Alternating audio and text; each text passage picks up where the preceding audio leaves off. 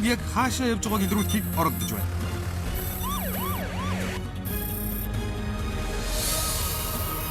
Нэг үрсэн тоосон 5,000-ийн дэвсгэр бүхий мөнгө студид орж ирлээ. Миллионер 50 сая төгрөг. Энэ бол 50 саяын үнэт супер шоу нэвтрүүлэг.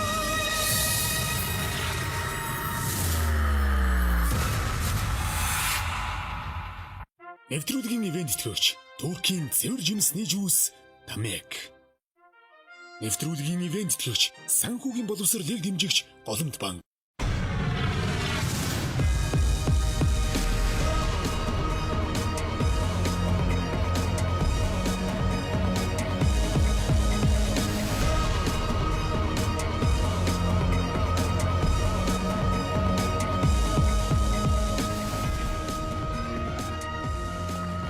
Сайн байцгаана уу хүмүүстчтэй. Монголын үндэсний боловсрол сувглуудээс эрхлэн явуулдаг 50 саяын уул шоу нэвтрүүлгийн энэ удаагийн дугаар эхэлж байна. Нэвтрүүлгийн гол дүр болох 50 сая төгрөг маань энэ байна. Хэрвээ та 50 сая төгрөгтэй болохыг хүсвэл баггүй хэмжээний мэдлэгтэй, мэдээж хэрэг сайн хамтрагчтай, бас дээрэс нь азтай байх шаардлагатай. Ингээд би 50 сая уул шоу нэвтрүүлгийн энэ удаагийн эхний оролцогчдыг тайзнаа өргөх гэж байна. Эхний оролцогчд бол Лувсан Дэндүү, Тулгаа 2. Тэд бол найзууд.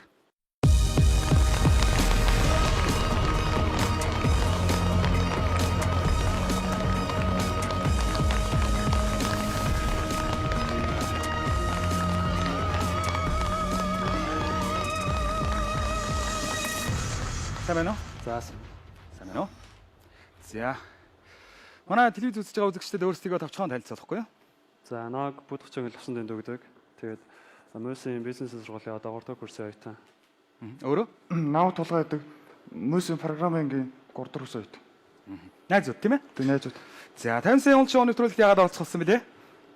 Яг хоо битэр нөө 50 сая уналтын аппликейшн хамт хариулж үзсэн. Тэгээд ер нь боломжийн ороод нөгөө азаа үзэл үзье гээд. Азаа үзье гэж бодоод. Хэрвээ мөнгө очичвол яана азаа үзсэн чинь? Хэрвээ мөнгө очих юм бол тэгэл сайн бодож байгаа л хэрэгтэй гэсэн зүйлээс зарцуулна да. Хэрэгтэй гэсэн зүйлдээ зарцуулна гэж бодож байна тий.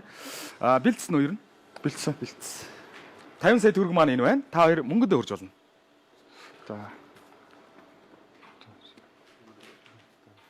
За 5,000-ийн дэвсгэрт бүхий нэг боодолтой 200 ширхэг 5,000-тай 50 ширхэг боодол 50 сая төгрөг байгаа. Нэвтрүүлгийн дөрмийг танилцуулъя. Нэвтрүүлэг маань 8 асуултаа, 1-ээс 4 дахь асуултууд 4 хариулт гарч ирнэ. 3 дээр нь та 2 мөнгөө байршуулах боломжтой. 5 6 7 дахь асуултууд 3 хариулт гарч ирнэ. 2 дээр нь мөнгийг байршуулах боломжтой. Хамгийн сүүлчийн 8 дахь асуулт 2 хариулт гарч ирнэ. Аль нэгэн дээр нь мөнгийг тавих ёстой. Бүх асуултыг бодох хугацаа 1 минут. Сэдв сонгохдоо маш хурдхан сонгуул зүгээр гэж бодож байна. Үзэгчдийг чилээхгүйгээр хоорондоо чанга яриараа асуух зүйл байна уу? Баггүй. За тэгвэл та хоёрт 50 сая төгрөг байна. Надад 8 асуулт байна. Тоглолтоо эхлэе.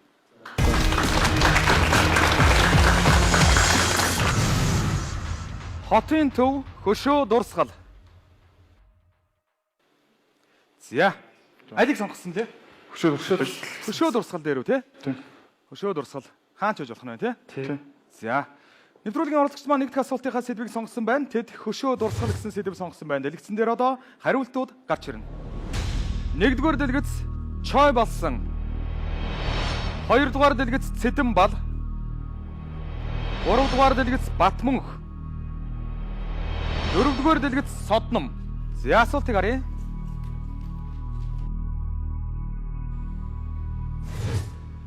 Манай улсын ерөнхий сайдын албыг хашиж байсан эдгээр эрхмүүдийн хэнийх нь хөшөө байдаггүй вэ? Чой болсон, Цэдэн бал, Батмөнх, Содном. Цаг явсан.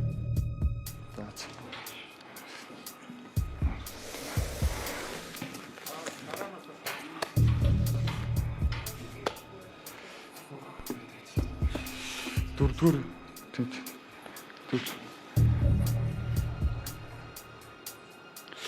Чаалсан хүмүүс ууд. Номсон гээд. Болно.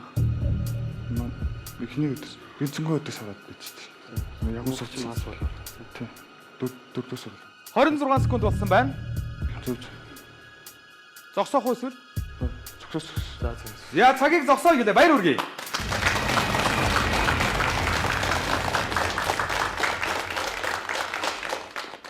За манай нэвтрүүлгийн эхний оролцогчд болох Лувсан Дэндүү Тулгаа 2 маань эхний асуултанд хариулсан байна.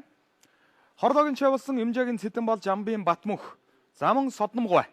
Эдгээр 4 хүний нэр гарч ирсэн. Эдгээр ерөнхий сайдын албаас чийсэн 4 хүний хэнийх нь хөшөө байдаггүй вэ гэсэн асуулт байлаа.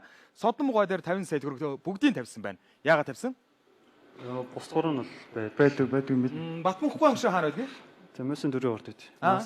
Мөсөн дөрвийн эдийн засгийн сургуулийн урд байт. Эдийн засгийн сургуулийн урд байдаг. За, бал даргын хөшөө хааны? Юу?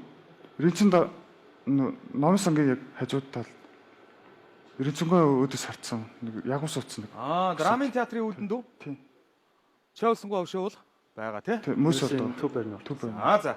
Гэхдээ зөв хариултыг арцгаая.